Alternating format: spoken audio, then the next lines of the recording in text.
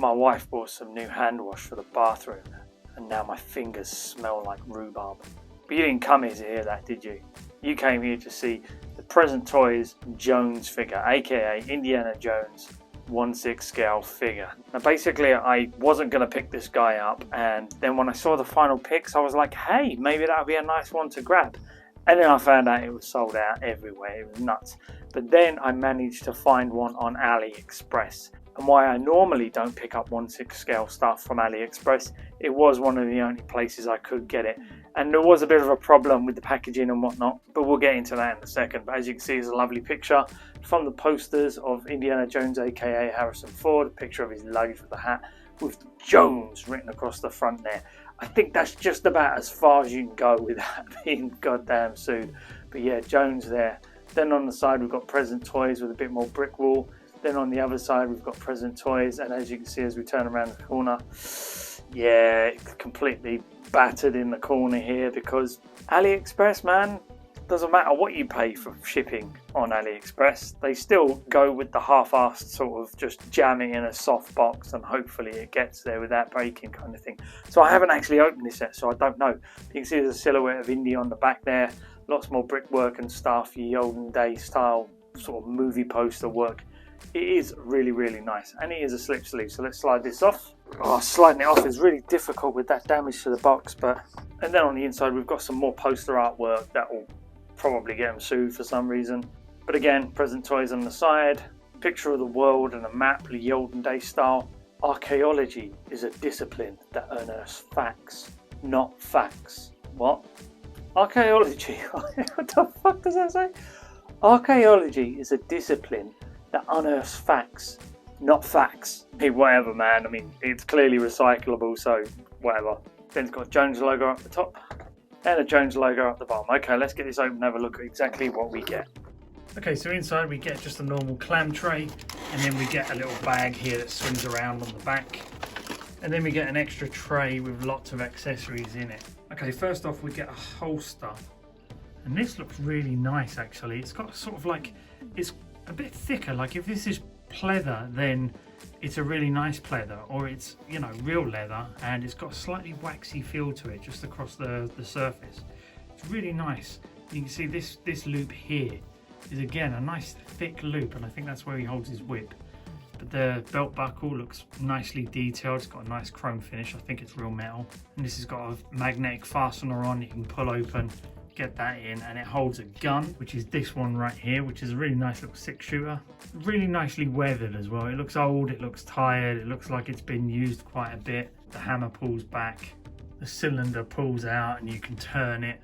And then you can see it's got some nice like wood effect in the handle here, which is pretty good. I actually think that's actually quite detailed and nice. It's even got a little bit of a logo on there. I'd say this would look really, really nice in his hand. Although when you put it into the holster, you can see it goes all the way in. It does close and it does hold it completely sealed in, which is very good, but then you wouldn't see the gun. You know, there's no way you can show that detail off unless you have it open and slightly hanging out. And it also comes with a little blank notebook. It's fairly simple. It does actually work like a real notebook. It has paper inside.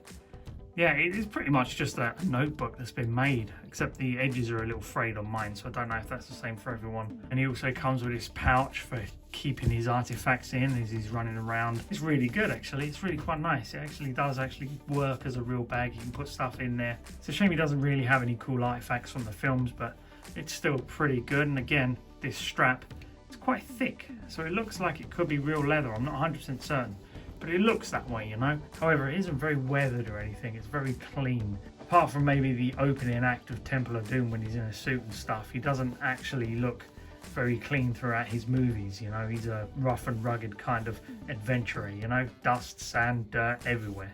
But it does have a snap fastener on the front, and you have to get that exactly right in order to pop it back into place. So be careful of that, because these things here on the end, these little nodges, tend to bend or snap if you haven't directly placed them into the hole properly.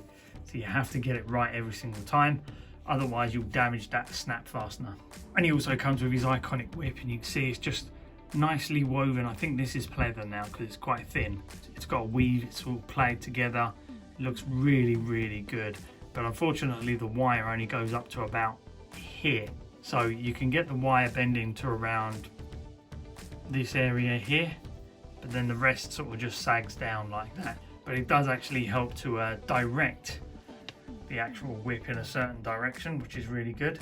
It's a really nice detail, and I think they've done a great job with it. And he also comes with this stand, which is fairly okay. It does have a sort of like Indiana Jones vibe to it. They've kind of ripped off the font and whatever. It's not great. Unfortunately, it is that plain oval base, but at least it does come with a stand if you are stuck or hard pressed to get one yourself. But as I make my own, I probably won't be using this one. And there's a crotch grabber there, so that's pretty good. And he also comes with this supposedly real leather jacket. I have a really sort of strong apprehension about this. It's going to look quite dull-like when you put it on the figure. You know, like you used to get the old, back in the 80s or the 70s, the Mego figures, maybe even the 60s. But they used to have clothing on, but they just look weird and puffy and odd. And I think this is what this coat could do if we're not careful.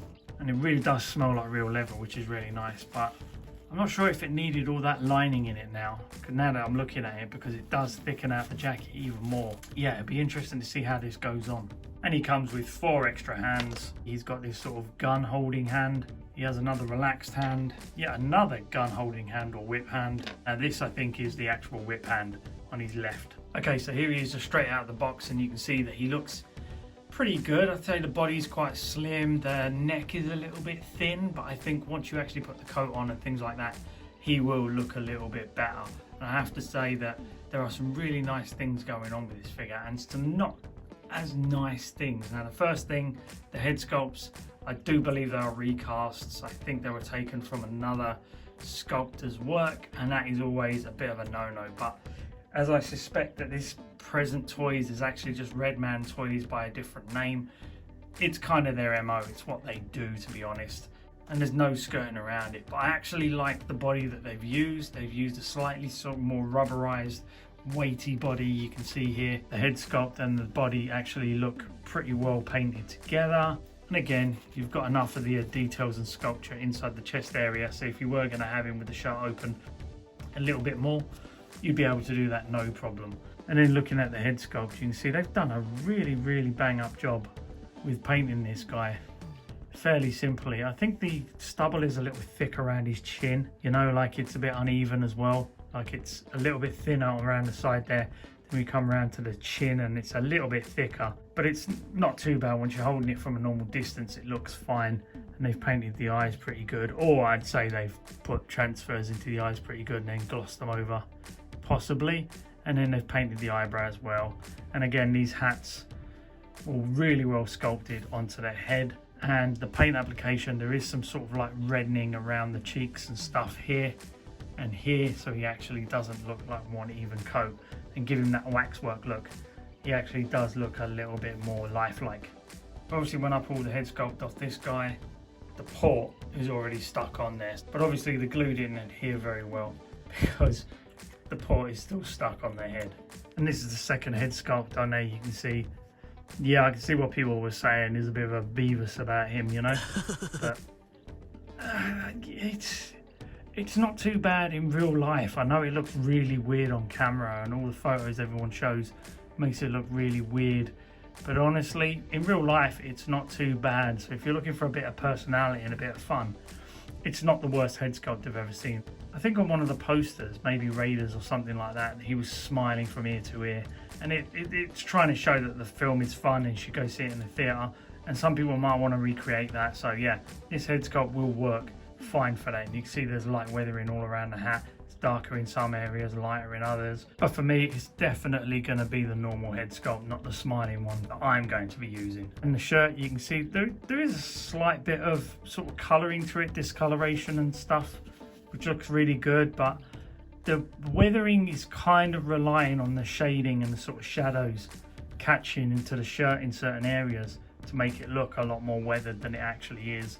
The fact is that if you wanted a clean one, you get a clean one. But then if you want to, you know, dirty him up or weather him, you can do that as well. So it is nice that they've given us the option. I mean, technically it's just saving them some money as well. But yeah, you can make him as dirty as you want or as clean as you like. Looking at the belt, very nice sort of canvas belt with a metal buckle there. and it's cold to the touch, so it does feel like metal to me. But then coming down to the trousers, he's got those sort of khaki normal trousers on. They've actually stitched the pockets in as well, which is uber cool. They're Velcro fastened at the front, and they've got a nice sort of pleat down the middle there. But they are very, very non-weathered, you know, very clean. So yeah, I think if you're going to keep this guy in your collection, you might want to get a weathering kit and give the trousers just a little bit more of a scuffing up. And then the shoes are like, I think they're pleather. I don't know if they're real leather or pleather. I know they've used real leather in certain parts of this figure, but this I think is pleather because it feels a little bit more thinner around the outside. But wow, just look at the details of them. I'm so glad that they've gone with this sort of realistic look for the shoes because it really does look great. And then you can see all the weathering in the edges around here, and they've even really dirtied up the soles a lot. And he's got real shoelaces in. Now, how these are going to last over time, we don't know, but worst case scenario, there's always someone selling 1/6 scale brown shoes. So if these ever do actually, you know, deteriorate and break apart, you could always go and buy another brown pair of shoes made of plastic and just put them on to replace him. And I managed to remove all the glue from the neck sculpt, and you can see exactly what happens where this head is supposed to sit naturally once that, because mine wasn't working right, so the actual neck and their head was up higher. But honestly, that was better than what we're getting now, because the really stubby neck and the big thick collar really makes him look a little bit stubby necked. So if they bring that up just a little bit like that, it does work a lot better. So be wary of that. Okay, articulation wise, he's pretty good. He can articulate pretty well up and down, left and right. There's no lower neck articulation. The shoulders are on ratchets, so they can come up to about that far. We'll see how far that can be with that leather coat on. But they're also on ratchets, so they can come up and do a full T-pose, which is really, really good. There doesn't seem to be a bicep swivel per se, but you can move the shoulders forward and back in a butterfly motion. There is a single joint of the arms that gets 90 degrees, and that's about it, which is a shame. But the hands are on wrist pegs, so they go all the way round, up and down. He's also jointed up here under the chest and at the waist, so he can turn pretty well.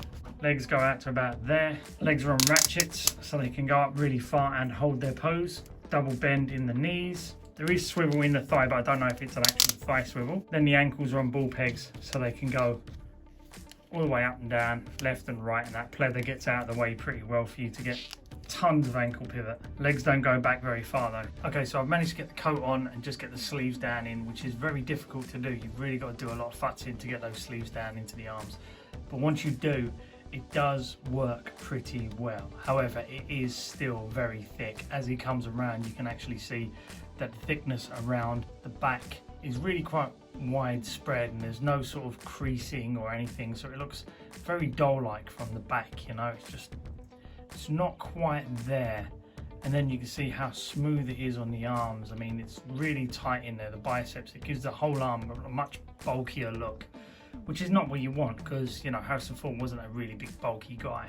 Sure, he was fit, but he wasn't like, you know, Schwarzenegger style. But then you can come around and you can see it actually works a lot better from the front. It looks a lot nicer.